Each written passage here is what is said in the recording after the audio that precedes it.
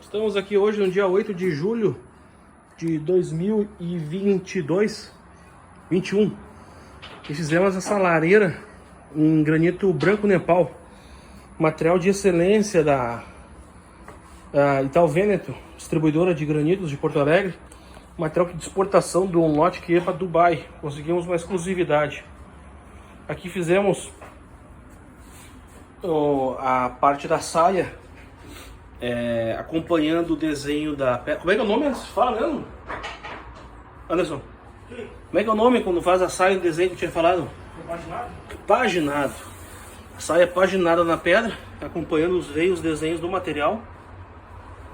Aqui a lateral toda em meia esquadria. A parte do fundo vai uma pedra lá para caixa de inspeção da net. Aqui os queimadores duplos em aço inox. E a pedra em balanço. Um vão de 1,50 m em balanço. Toda colada com tuba fixa da Wurth. 350 kg de torque por centímetro quadrado.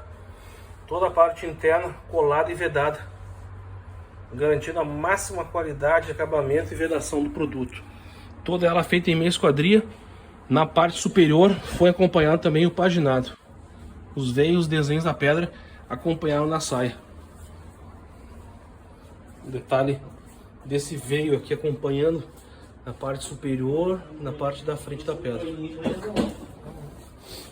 E esse foi o resultado do nosso trabalho hoje à tarde. Uma lareira de 1,54 m e meio.